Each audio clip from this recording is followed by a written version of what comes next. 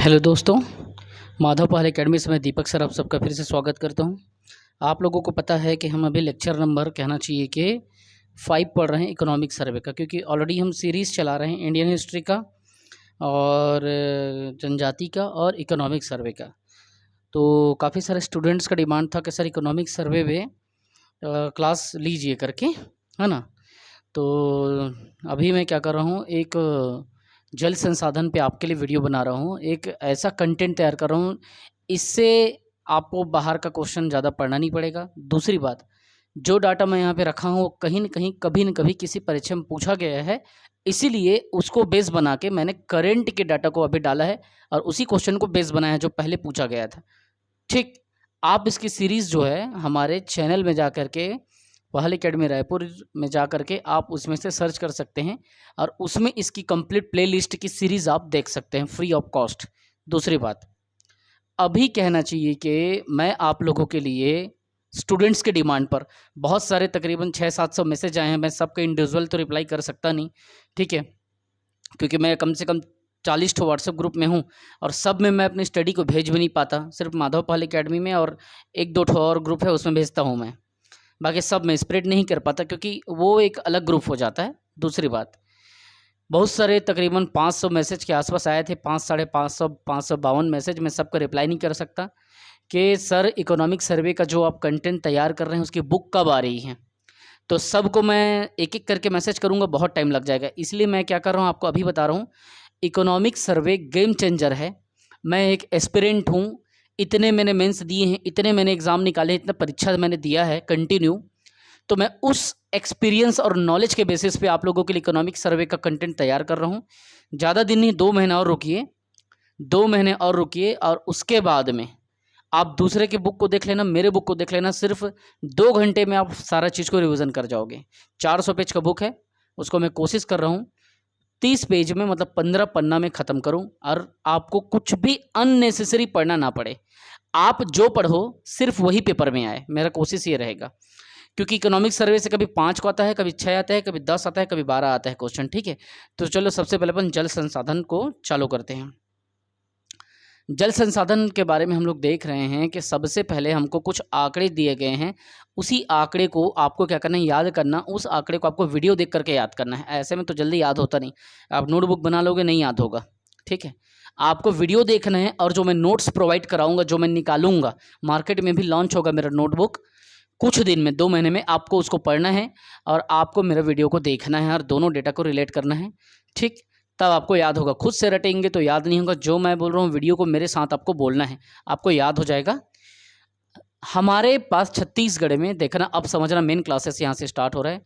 प्रदेश में विभिन्न स्रोतों से जो सतही जल है, सतही जल उसकी मात्रा कितना है। अगर आपको पूछ रहा है सीजीपीएससी कि छत्तीसगढ़ राज्य में जो विभिन्न जल के स्रोत है उसे सतही जल का मात्रा कितना है, आपको लेना है 48,296।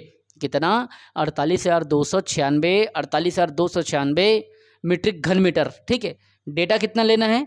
48,296। आपको इतना आपको डेटा लिखना है, जो कि सतही जल मतलब सतह के ऊपर, भू के गर्भ के अंदर की बात नहीं हो रही है, सतह के जल के ऊपर विभिन्न स्रोत से, चाहे नदी हो, नाला हो, बारिश हो, दुनिया भर की चीज़ों हो, उससे क्या हो रहा है, सतही जल जो है प्रदेश में विभिन्न स्रोतों से सतही जल की मात्रा कितना है, 48,296 आपको लेना है। अब आप देखना, ये तो आपने जान लिया कितना मात्रा है, उसका उपयोग कितने में हो रहा है, समझना बात को।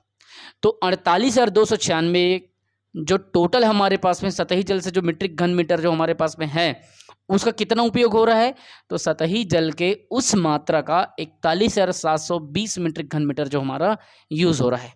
कितना टोटल सतही जल कितना है? 48,296। उसका यूज़ कितना हो रहा है? 41,720। मतलब 48 को याद रखो और 41 याद रखो, फिर 48 जब याद होगा ना तो 296 आप पकड़ लेना, ठीक। उसके बाद में 41,720 ऐसा याद रखना, ठीक है। 48 और 41, तो 48 और 296 बोलोगे तो आपको याद हो जाएगा। फिर 41,720, जैसे 41 करोगे 720 मार देना, उधर 296 इधर 720। तो वो सतही जल की मात्रा है और उसका उपयोग हो रहा है कितना? 41,720। आगे बढ़ते हैं। ये तो प्रदेश में विभिन्न जल का सतही जल का हो गया, ठीक है। अब हम केंद्रीय भूजल सर्वे के हिसाब से सोचेंगे। एक तो हमने अभी क्या देखा, सतह के जल, सतह जो हमारा है ना, जो धरती की सतह पे जो जल है उसकी बारे में बात कर रहा है। छत्तीसगढ़ में जितने सतह से हम लोग क्या है सिंचाई में प्रयोग कर रहे हैं ऐसा करके। अब क्या बोल रहा है, केंद्रीय भूजल सर्वे के अनुसार भूगर्भ में, जो छत्तीसगढ़ का जो भूगर्भ है उसके गर्भ में, ठीक है, जिसका उपयोग हम लोग को करना है, अभी मैं बताऊंगा। भूगर्भ में 11,630, अब ये सतह का नहीं है, ये अंदर जमीन की बात करें, भूगर्भ में इतना अनुमानित, मतलब केंद्रीय भूजल सर्वे ने भूगर्भ में कितना कहा, 11,630 मीट्रिक घन मीटर कहा। और इसका कितना प्रतिशत यूज हो रहा है, तो केंद्रीय जल सर्वे ने जो डाटा दिया 11,630, उसका कितना परसेंट, तो 44% हम उसका यूज कर पा रहे हैं, उपयोग में ला रहे हैं, ठीक है, एकदम बन जाएगा। केंद्रीय भूजल सर्वे ने कितना कहा, तो 11,630, उसका कितना प्रतिशत उपयोग हो रहा है, तो 44%, ठीक। आगे देखते हैं, जल की स्थिति हमको देखना है। 146 विकासखंड जो टोटल हमारे पास में जो 146 विकासखंड है, इतने जो ब्लॉक है उसमें हमको क्या करना है, जल की स्थिति को देखना है, ठीक है। तो जल की स्थिति को हमने क्या किया, 3 भागों में डिवाइड किया, ठीक, जो कि 110 विकासखंड क्या है, पहले भाग में 110 विकासखंड भूजल के हिसाब से सुरक्षित है। अगर आपको पूछा जाए कि कितने विकासखंड सुरक्षित है, सेफ जोन है, जहां पे पानी की कमी नहीं है, सिंचाई के लिए या जल संसाधन के दृष्टिकोण से कितने विकासखंड भूजल में सुरक्षित है, भूजल के हिसाब से आपको 110 लेना है। 146 विकासखंड है हमारे पास टोटल, उसमें जल की स्थिति 110 में क्या है, सुरक्षित है। देखो मैं यहाँ पे लिखा भी हूं, ये दे, भूजल के हिसाब से 110 विकासखंड सुरक्षित है। दूसरा, अब आती है क्या, संकटपूर्ण और आंशिक संकटपूर्ण। समझना इस बात को, ये तो हो गया अभी सेफ जोन में। 110 क्या है, सेफ है, वहां पानी की कमी नहीं, वहां सिंचाई की व्यवस्था बढ़िया है। 110 विकासखंड कितने में, 146 में। अब ध्यान लगाना, ठीक है, कितने विकासखंड है जो आंशिक तौर पे संकटपूर्ण है। 27 विकासखंड जो है ये आंशिक तौर पे संकटपूर्ण है। ये सब मैं इकोनॉमिक सर्वे 2021-22 के डाटा के हिसाब से बता रहा हूँ, ठीक है। 2021-22 का डाटा जो आपको पेपर में करेंटली पूछे जाएगा उसके हिसाब से। तो कितने ऐसे विकासखंड है जो आंशिक तौर पे, आंशिक मतलब क्या होता है, थोड़ा या कम, आंशिक तौर पे संकटपूर्ण है। कितना, तो 27 विकासखंड ऐसे है जो कम रूप से कहना चाहिए कि संकटपूर्ण कंडीशन में जी रहे हैं, मतलब है, स्थित है, या वहाँ के लोग उसमें जी रहे हैं, मैनेज कर रहे हैं अपने सिंचाई को, अपनी जीविका को चला रहे हैं इसमें संकटपूर्ण तरीके से। तो कितने विकासखंड हैं, 27 विकासखंड ऐसे हैं जो संकटपूर्ण तरीके से अपनी जीविका का निर्वाह कर रहे हैं। उस विकासखंड में सिंचाई की जो स्थिति है अच्छी नहीं है। आगे देखते हैं, ये आंशिक हो गया 27 विकासखंड। अब हमको बताना है संकटपूर्ण, जिस पे संकट गहराया हुआ है, वह विकासखंड जिस पे संकट जो है सिंचाई के दृष्टिकोण से या जल संसाधन के तरीके से देखा जाए तो संकटपूर्ण, संकट गहराया है, कितना है, तो 9। अब कैसे याद करोगे, 9 एकम 9, 9 तिया 27, ठीक। संकटपूर्ण स्थिति में 9 विकासखंड और तिगुना ऐसा विकासखंड है जो 9 का 3 गुना 9 तिया 27 है, जो कि आंशिक रूप से है, ठीक है। ये सोच लेना कि आप आंशिक रूप से 27% कहना चाहिए कि आरक्षण उठा रहे हो और संकटपूर्ण तरीके से 9% उठा रहे हो, बस, है ना। अब आपको यहाँ पे क्या करना है, एक मैं जबरदस्त डाटा बताने वाला हूं, इस बात को समझना। वर्तमान में इकोनॉमिक सर्वे छत्तीसगढ़ शासन के द्वारा जो सिंचाई के प्रतिशत लिया जा रहा है, छत्तीसगढ़ में कितने प्रतिशत क्षेत्र में सिंचाई जो है हो रही है या सिंचाई का प्रतिशत कितना है, आपको क्या करना है, 38.45 लेना है। कितना, 38.45, कितना, 38.45। ये कब का डाटा है, 2021-22 के इकोनॉमिक सर्वे का डाटा है। कब का, 2021-22 के इकोनॉमिक सर्वे का। ठीक इसके पहले 20-21 में वो 37% था, लेकिन अब बढ़ के कितना हो गया, 38.45। अब ये कहीं इधर उधर नहीं मिलेगा, छत्तीसगढ़ के सरकारी किताब के आर्थिक सर्वे के जल संसाधन वाले पेज में आपको मिलेगा। 38.45% ये रिसेंट का डाटा है और आपको यहीं लेना है, और सरकार भी इसी को पूछेगी, मतलब परीक्षाओं में वो लेटेस्ट डाटा को पूछती है। सरकार जो है बढ़ते हुए स्थिति में है, देखेगा वो पूछेगा, ठीक है। तो कितने विकासखंड जो है जल की स्थिति से सुरक्षित है 110, कितने आंशिक है 27, कितने संकटपूर्ण है तो 9 विकासखंड। और सिंचाई का प्रतिशत छत्तीसगढ़ राज्य में कितना है तो सिंचाई का प्रतिशत है 38.45 या 45। मैं भाई शॉर्ट में 38.45 बोल देता हूँ, 45 बोलना मतलब रॉन्ग है, करेक्टली नहीं है, 45 बोलना है ना, 38.45 या 38.45 बोलना है। मैं क्या करता हूँ चलित भाषा में बोल देता हूँ, ठीक है, समझ लेना उसको। फिर आपको हमको यहाँ पे एक टर्मिनोलॉजी आता है, सृजित सिंचाई क्षमता। कितना हमने जनरेट किया सिंचाई क्षमता को, कितना हमने कहना चाहिए कि हमारे पास में है, कितना था और कितना है सृजन करना, ठीक है। सृजन सिंचाई की क्षमता मतलब इरिगेट करने के लिए, इरिगेशन करने के लिए हमारे पास में कितना हमने सिंचाई कर पाया, समझना इस बात को। सृजित सिंचाई क्षमता राज्य गठन के समय, अब याद रखना राज्य गठन कब हुआ 1 नवंबर 2000 को। अब इस चीज को बात करना, अब सीधा कहाँ चल दो 2000 में चले जाओ। सृजित सिंचाई क्षमता राज्य गठन के समय 3 भाग में बांटना है आपको सिंचाई क्षमता को, ठीक है। एक आपको बांटना है वृहद में, एक मध्यम में और एक लघु में। अब ये क्या है, सभी परियोजनाएं हैं, मतलब गवर्नमेंट की प्रोजेक्ट है। कौन सा तो वाटर रिसोर्सेज संबंधित प्रोजेक्ट। अब देखना राज्य जब गठन हुआ उस समय हमारे पास छत्तीसगढ़ राज्य में 3 वृहद सिंचाई परियोजना था। कितना 3 वृहद सिंचाई परियोजना और 29 मध्यम था, ठीक। और लघु कितना था 1945 था। 3 वृहद सिंचाई परियोजना, 29 मध्यम परियोजना और 1945 जो है लघु, मतलब 3-29-1945। ऐसा याद रखना। कैसे 3-29-1945 बोल के देखो, बोलो ना 3 बार बोलो, चलो बोलो मेरे साथ 3-29-1945, 3-29-1945, 3-29-1945 बन जाएगा वृहद। फिर मध्यम आता है, वृहद मतलब बड़ा, फिर मध्यम, फिर लघु। मैं आगे बताऊंगा, पूरे जो मेरे बुक आ रहा है उसमें आपको बाकी जानकारी आपको मिलेगा, ठीक है। 3-29-1945, 3-29-1945 ये क्या है, ये राज्य गठन के समय की जल संसाधन के परियोजनाओं की स्थिति है। कब तो 1 नवंबर 2000 के समय हमारे पास में इतनी हमारे पास स्थिति थी। और वो कितना हेक्टेयर को कवर कर पाता था, कितना हेक्टेयर को सिंचाई कर पाता था, तो उस समय तात्कालिक परिस्थिति के हिसाब से 13.29 लाख हेक्टेयर को वो कवर करता था। ये तीनों परियोजना के माध्यम से 13.29 लाख हेक्टेयर को क्या करता था, कवर करता था। उतना हेक्टेयर को 13.29 या 13.29 लाख हेक्टेयर में हमारे पास में सिंचाई का क्षमता था। इतना हेक्टेयर को छत्तीसगढ़ राज्य के कवर कर पाता था। छत्तीसगढ़ का क्षेत्रफल कितना है देख लेना, होमवर्क है, बताऊंगा अभी मैं सब चीज। 1,35,192, ठीक, आपको दिमाग में रखना है। 13.29 लाख हेक्टेयर कब था राज्य गठन के समय, किसके द्वारा, तो 3 वृहद, 29 मध्यम, 1945 लघु परियोजनाओं के द्वारा सिंचाई होता था।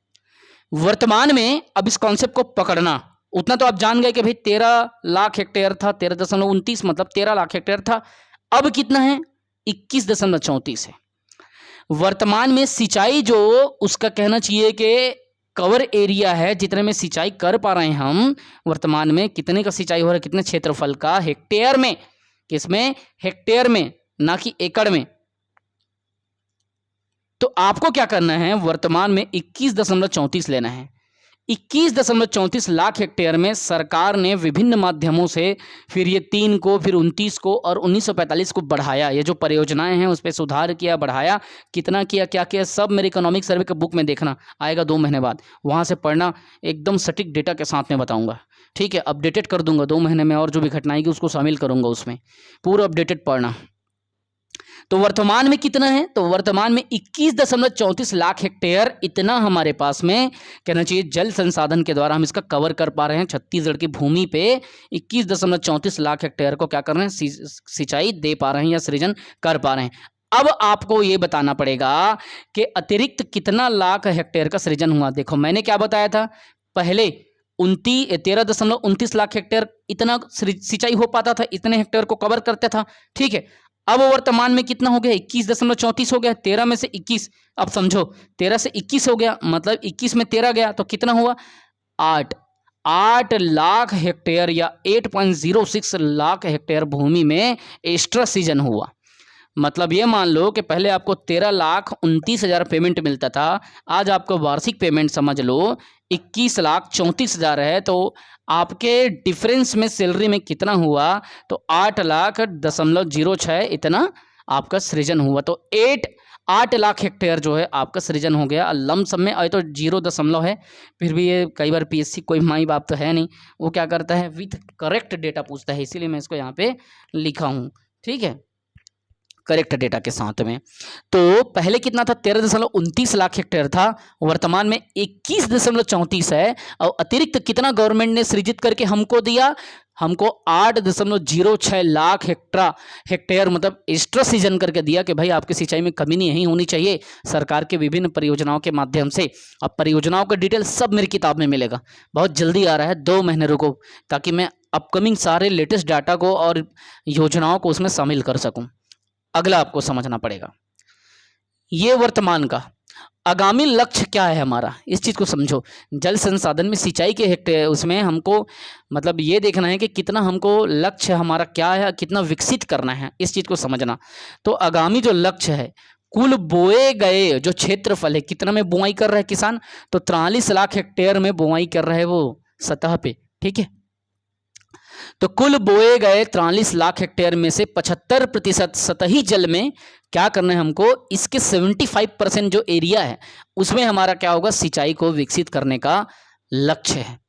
ठीक है, ये आगामी लक्ष्य है। अगर पूछ दे कि कितना प्रतिशत सतही जल में हमको कुल बोए गए क्षेत्रफल का हमारा राज्य सरकार का लक्ष्य है, तो आप बताना 75%, 75% जो सतही जल है उसमें विकसित करना है हमको। 43 लाख हेक्टेयर जो टोटल बोएगा भूमि है उसका 75% में हमको विकसित करना है सतही जल में सिंचाई के क्षमता को, ना कि भूगर्भ में नहीं, सतह में।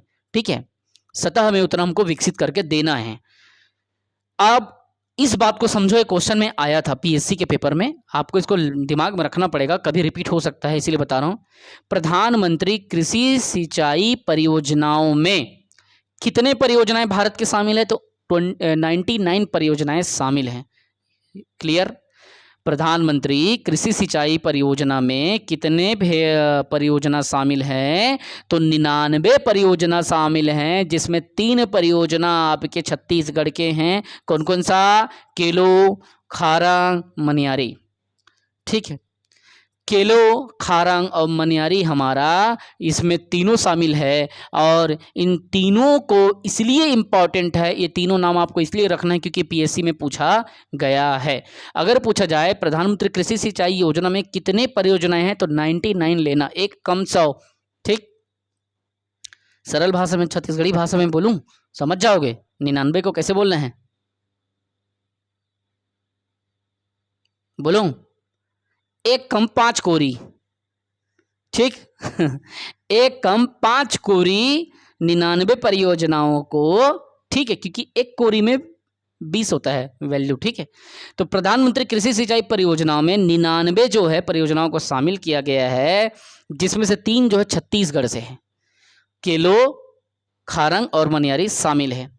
अब यहाँ पे हमको क्या करना है, 2 बड़े परियोजनाओं का यहाँ पे मैं कंपैरिजन बता रहा हूँ, क्योंकि ये परियोजनाओं का डेटा बहुत ज़्यादा पूछा जाता है इस सेक्शन से, जल संसाधन से, है ना। तो पहले अपन यहाँ पे डील करेंगे मिनी माता हसदेव बांगे परियोजना को, मिनी माता हसदेव बांगे परियोजना, उसके बाद में अपन केलो परियोजना को डील करेंगे। ठीक है, अब आपको इसे यहाँ पे समझना पड़ेगा, मिनी माता हसदेव बांगे परियोजना राज्य की सबसे बड़ी कहना चाहिए कि परियोजना है। ठीक है, जल संसाधन के दृष्टिकोण से सिंचाई उचाई के लिए इसको हमको इसलिए डील करना पड़ेगा क्योंकि इससे क्वेश्चन पूछे गए हैं। अब देखो, लाभान्वित, सर्वाधिक लाभान्वित जिला कौन सा है, जांजगीर चांपा। हालांकि ये प्रोजेक्ट कहाँ है, तो कोरबा में स्थित है, कोरबा जिला में। लेकिन आपको जिला के दृष्टिकोण से अगर पूछ रहे सर्वाधिक लाभान्वित जिला कौन सा है जो कि मिनी माता हसदेव बांगे परियोजना से लाभ ले रही है, आपको क्या लेना है, जांजगीर चांपा। और आपको पूछ दे कि जांजगीर चांपा में कितना हेक्टेयर कहना चाहिए लाभान्वित हो रहा है, तो अब यहाँ पे आपको क्या करना है, हेक्टेयर को बताना है। 2,29,520 हेक्टेयर केवल जांजगीर चांपा का, कितना? 2,29,520 हेक्टेयर। इतना तो जांजगीर चांपा का अकेला जिला लाभान्वित हो रहा है। दूसरा सर्वाधिक लाभान्वित जिला जो हसदेव बांगो परियोजना से लाभान्वित हो रहा है वो है रायगढ़ जिला। और वो कितना ले रहा है? देखो ये सीधा 2 लाख में गया, ये कितने में था? तो ये रायगढ़ जिला 11,000 में आ गया।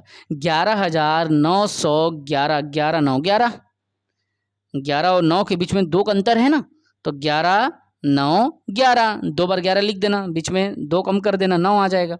तो 11 9 11 हेक्टेयर, 11,911 हेक्टेयर ये रायगढ़ जिला का।